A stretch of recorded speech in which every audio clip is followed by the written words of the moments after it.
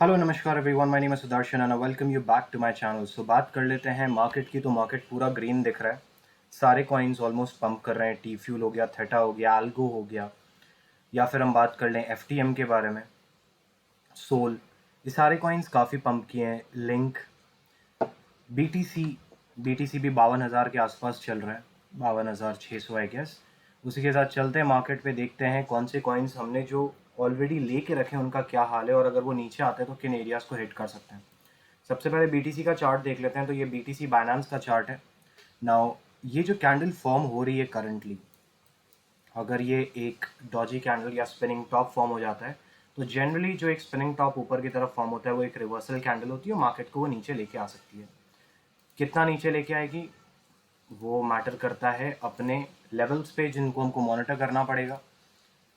सो कौन से लेवल्स हमें मॉनिटर करने चाहिए, ये डेली का चार्ट है। सो डेली के हिसाब से जो मैं लेवल्स देख रहा हूँ, that is this area of resistance at 50,500। 50,500 अगर ब्रेक होता है तो उसके बाद वाला एरिया जो मेरे को दिख रहा है दैट इज़ अराउंड 49,800। एक अच्छा खासा सपोर्ट इस लेवल पे है at 48,000। So there are various supports जो ब्रेक हो सकते हैं, लेकिन मेजर सपोर्ट जो यहाँ पे ब्रेक नहीं होना चाहिए that is this area of around 51,735, क्योंकि अगर यहाँ से ब्रेक होता है तो सीधा इस पे लैंड करेगा and then we can come down. So this is 3 day chart जो मैंने आपको बताया, सॉरी डेली चार्ट जो मैंने आपको बताया, जो मार्केट को नीचे ला सकता है, लाएगा ज़रूरी नहीं है।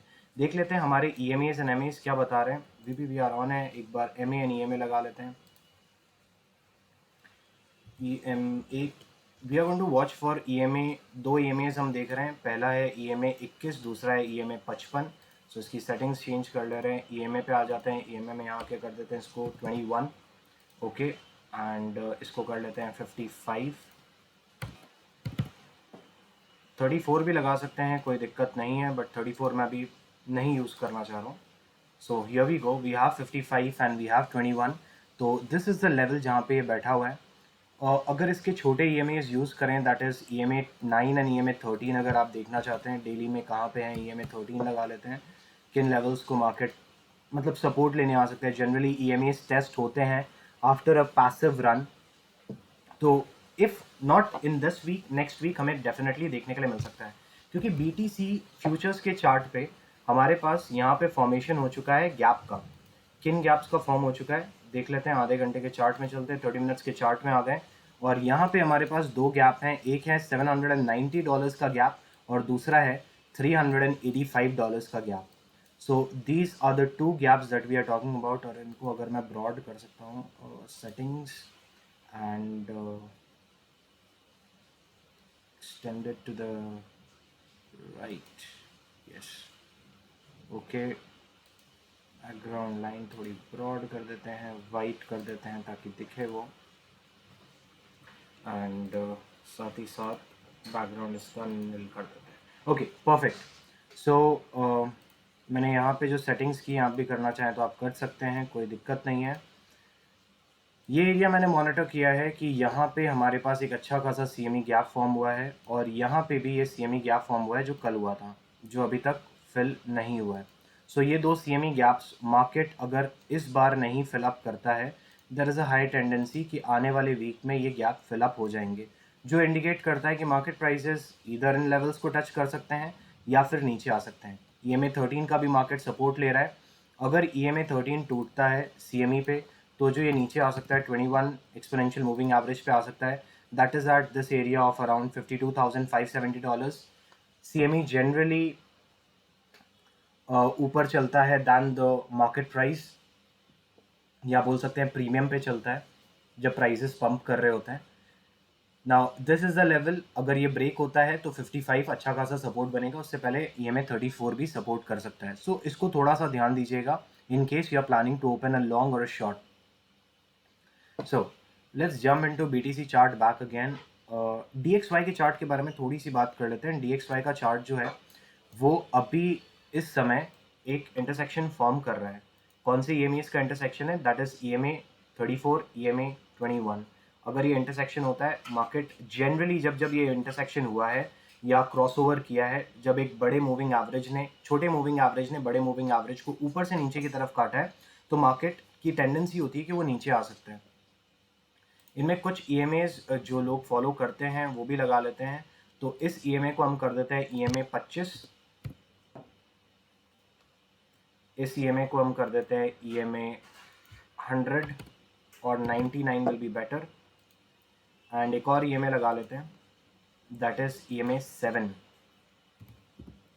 ठीक है, एक्सपोनेंशियल मूविंग एवरेज 7।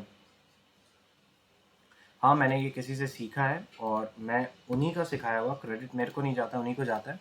उन्हीं से सीखा है और उन्हीं से सीख के इस चीज़ के बारे में आपको बता रहा हूँ। So thanks to him if he is listening, if he is watching. So अगर ये क्रॉसओवर मिलता है, हमें ऑलरेडी क्रॉसओवर मिला, DXY चार्ट नीचे आए हैं। Now this exponential moving average अगर इस बड़े वाले मूविंग एवरेज को काट देता है, which is exponential moving average 99, तो ये मार्केट नीचे की तरफ लैडर कर सकता है। कौन से support I am looking forward for? 91.78 is the first support that I am looking forward for, जहाँ पे मार्केट आ सकता है। उसके बाद बीच में एक और सपोर्ट जो मार्केट को मिल सकता है, दैट इज एट 91.27, और उसके बाद ये फ्री फॉल हो सकता है to this area of 89.535। So keep an eye on DXY। जितना ज़्यादा DXY नीचे आएगा उतना ज़्यादा चांसेस है कि बिटकॉइन पंप करे। ऑल्दो इस वीक मार्केट बहुत ज़्यादा पंप कर रहा है, बट एक चीज़ याद रखिएगा, अगर फाइनेंशियल मार्केट्स में, अगर हमारे स्टॉक मार्केट में किसी भी तरीके का क्रैश आता है तो वो बिटकॉइन मार्केट को भी नीचे लेके आएगा, जैसा मार्च में हुआ था। बात करें इथेरियम के बारे में, तो Ethereum ETH USDT, Ethereum USD में क्या फॉर्म हो रहा है, कुछ लेवल्स मार्क किए हुए थे मेरे, वन सेक, 4 चार्ट ओपन कर लेते हैं। इथेरियम का चार्ट मैंने बना के रखा था वैसे तो। बिटकॉइन USD, चलिए इसमें था क्या इथेरियम का, ETH USD, इथेरियम USD, नए से लेवल्स आपको बता देने पड़ेंगे। चलिए कोई नहीं, नए से लेवल्स बता देते हैं। इथेरियम USDT पे ही बताते हैं, क्योंकि काफ़ी लोग इथेरियम USDT बाइनेंस पे ही ट्रेड कर रहे होते हैं। डेली के चार्ट पे आ गए। डेली में इसके पास जो एरियाज ऑफ रेजिस्टेंस है, अच्छा इसमें बने हुए हैं एरियाज ऑफ रेजिस्टेंस बने हुए हैं, दैट आर 34034, $4,034, $4,173, $4,372।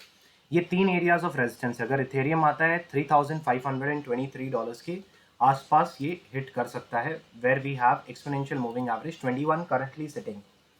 ये थोड़ा बहुत ऊपर बढ़ेगा तो, थोड़ा बहुत नहीं, अगर बहुत ज़्यादा भी बढ़ता है तो ये वाला एरिया टेस्ट करेगा 30,705। तो आप यहाँ पे अपनी एक बाइंग रख सकते हैं। इन केस बिटकॉइन में डंप आया तो आपको इथेरियम इस लेवल पे दिखने के लिए मिलना चाहिए। ओवरऑल इथेरियम का टारगेट क्या है, अगर अपने फिबोनाची लगाना चाहें, फिबोनाची के थ्रू अपने देखना चाहें कि इथेरियम का ओवरऑल टारगेट क्या है, देखिए ये क्लस्टर ब्रेक होना बहुत ज़रूरी है, क्योंकि यहाँ पे इसको सपोर्ट मिला हुआ है। अगर इसके ऊपर कैंडल बनती है और इस एरिया को ब्रेक कर देती है, मार्केट बहुत आसानी से 4,000 प्लस जोन्स को क्रैक कर लेगा। अगर मैं फिब लगा देता हूँ from my base, this was the base, and चलिए यहाँ से बेस पकड़ लेते हैं, और इससे अगर ऊपर की तरफ ले जाता हूँ तो this is the area. So Ethereum जो ऊपर की तरफ जा सकता है, यहाँ पे अभी कोई करंट रेजिस्टेंस नहीं है, but in case we have to follow the lower swings. अगर इस एरिया को देखते हैं तो यस, बहुत जल्द हमारे पास 40,144 का एक रेजिस्टेंस मिलेगा, जहाँ पे मार्केट ने पहले भी झटका खा के आया था। दिस वाज द एरिया जहाँ से मार्केट नीचे आया था। सो बेसिकली वो क्लस्टर ब्रेक हुआ तो मार्केट ऊपर जा सकता है। Let's talk about BCH USDT। BCH USDT क्या बता रहा है? ओके, BCH USDT में ये ऑलरेडी चार्ट बनाया हुआ था और मार्केट ने यहाँ पे हमें एक इंडिकेशन दिया था ऊपर जा सकता है। AB is equal to CD pattern, AB is equal to CD pattern के हिसाब से मार्केट जो लेवल्स टच कर सकता है, दैट इज $79.27। बट जहाँ से रिजेक्शन मिला है, that is a Fibonacci level. It's not a Fibonacci level but it's a Gann level of 50%, $803, और मार्केट वहाँ से नीचे आएगा तो सपोर्ट ले सकता है अगेन। करंटली जहाँ पे है वहाँ पे अच्छा खासा सपोर्ट है, बट अगर इसने 756 ब्रेक किया तो ये आसानी के साथ आ सकता है टू अ जोन ऑफ $700। आप $700 के आसपास एक बाइंग लगा सकते हैं if you are planning to go for long, and कम से कम इसे 1 महीने का टाइम दीजिएगा। So in the next week I am expecting this dump to happen, not before that. Next week से पहले मार्केट कहाँ जा सकता है, कि हम हाई लेवल्स टेस्ट कर सकते हैं? डेफिनेटली टेस्ट कर सकते हैं। सोल USDT के बारे में क्या ख्याल है, तो सोल का भी चार्ट देख लेते हैं, सोल क्या बोल रहा है। ओके, सोल के बारे में ये चार्ट मेरे को one of the persons in the Discord channel उन्होंने शेयर किया था और उन्हीं की ये ट्रेंड लाइन्स मैंने बना के रखी थी। तो उन्होंने कहा था कि मिश्रा जी 187 का जो लेवल है, अगर इसके ऊपर मार्केट जाता है, ये ट्रेंड लाइन है, इस ट्रेंड लाइन के बाद मार्केट झटका खा के नीचे आएगा। देखना पड़ेगा क्योंकि काफ़ी पुरानी ट्रेंड लाइन है और काफ़ी ज़्यादा इसको रिस्पेक्ट कर रही है। सो आई गेस थोड़ी सी डिस्टर्ब हो गई है ट्रेंड लाइन। एक सेकेंड, ये एरिया है शायद, यस। सो ये ट्रेंड लाइन काफ़ी पुरानी ट्रेंड लाइन है और आप देख सकते हो किस तरीके से यहाँ से चल रही है। अगर ये एरिया ब्रीच हो जाता है तो ऊपर के टारगेट्स बहुत अच्छे हैं, बट ये एक राइजिंग वेज फॉर्म होकर रखा है एंड अगर ये ब्रेक होता है तो ये सोल को नीचे ला सकता है। तो सोल में हाइप करके अब मत घुसिएगा, क्योंकि काफ़ी लोग बोल रहे हैं सोल जाएगा $300 $400, माना सब जगह जा सकता है, बट अपना टेक्निकल्स या अपनी ट्रेडिंग टेक्निक्स अपने पास रखिएगा। Just by listening to somebody don't enter into trades, because आप बहुत पैसा इसमें खो भी सकते हैं। लोग आपको इसका गुड साइड तो बताते हैं बट बैड साइड शायद बताना भूल जाते हैं या बताना नहीं चाहते हैं, बिकॉज वो उस समय सेल कर रहे होते हैं। तो काइंडली अगर आप प्लान कर रहे हैं इसमें एंटर भी करने का, थोड़ा रुकिएगा। मार्केट बहुत ज़्यादा बुलिश होकर रखा है। अगर यहाँ पे हम फियर एंड ग्रीड इंडेक्स भी एक बार देख लेते हैं तो one sec. So we have the current fear and greed index at 79, which will eventually, जो जिस तरीके से prices ऊपर की तरफ pump कर रहे हैं, I'm expecting this to rise above 80 by tomorrow, 80, 84 or something like that. And उसके बाद eventually ये एक dump create करेंगे ताकि liquidity खा जाए। देखते हैं किस तरफ मार्केट जाता है। काइंडली थोड़ा सा प्राइस एक्शन को ध्यान में रखिए, बट एग्जैक्टली प्राइस एक्शन क्या होता है लोगों को नहीं पता है। तो उसके लिए बेसिक्स का बहुत सिंपल बेसिक्स का मैंने एक कोशिश की है कि मैं मेरे पास जो भी नॉलेज है वो आप तक डिलीवर करूं। ट्रेडिंग्स थोड़ी बहुत आपको बता सकूं किस तरीके से मैं करता हूं, और जो भी मैंने अपने बेनिफिट्स बुक किए हैं, जो भी मैंने अपने प्रॉफिट्स बुक किए हैं, वो किस तरीके से क्या ट्रेडिंग टेक्निक्स फॉलो करता हूँ वो आपको बता सकूँ at a very minimum price of around 100 rupees per month. और जनवरी में उसके लिए ऑफ़र भी है। क्या है वो आप डिस्कॉर्ड ज्वाइन कर लीजिए, आपको वहाँ पे पता चल जाएगा। मेरा जो डिस्कॉर्ड का लिंक है वो आपको फ्री में आप ज्वाइन कर सकते हैं। Please ignore the background music. And बाकी जो भी आपको पेड वर्जन में कैसे आना है, क्या देखना है, बहुत सारे पेड इंडिकेटर्स हैं। क्या पेड इंडिकेटर्स लेने से मुनाफा है? तो देखिए, इंडिकेटर्स लेने से कोई फ़ायदा नहीं होता। अगर इंडिकेटर्स लेने से लोग अमीर बन जाते या उनको सही बाय एंड सेलिंग मिल जाती तो सब अमीर होते, सब बस इंडिकेटर्स को फॉलो कर रहे होते।